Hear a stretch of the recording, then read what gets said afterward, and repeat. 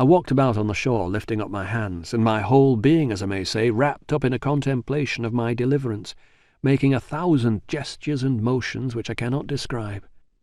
reflecting upon all my comrades that were drowned, and that there should not be one soul saved but myself, for, as for them, I never saw them afterwards, or any sign of them, except 3 of their hats, 1 cap, and 2 shoes that were not fellows.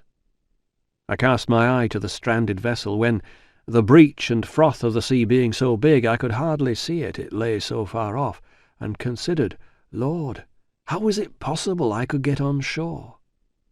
After I had solaced my mind with the comfortable part of my condition, I began to look round me, to see what kind of place I was in, and what was next to be done. And I soon found my comforts abate, and that, in a word, I had a dreadful deliverance. For I was wet, had no clothes to shift me, nor anything either to eat or drink to comfort me. Neither did I see any prospect before me but that of perishing with hunger or being devoured by wild beasts.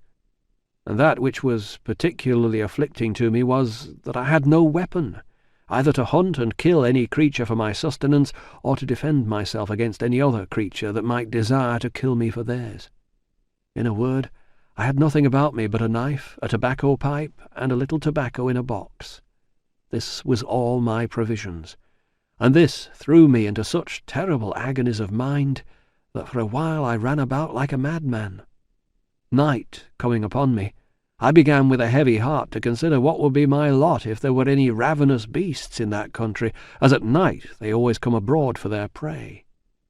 All the remedy that offered to my thoughts at that time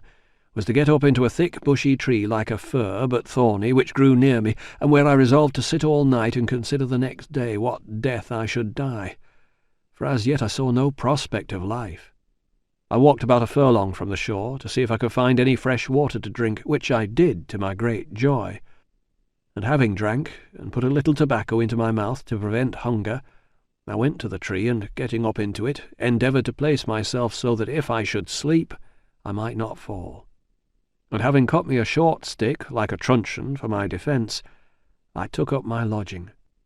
and having been excessively fatigued, I fell fast asleep, and slept as comfortably as I believe few could have done in my condition, and found myself more refreshed with it than I think I ever was on such an occasion.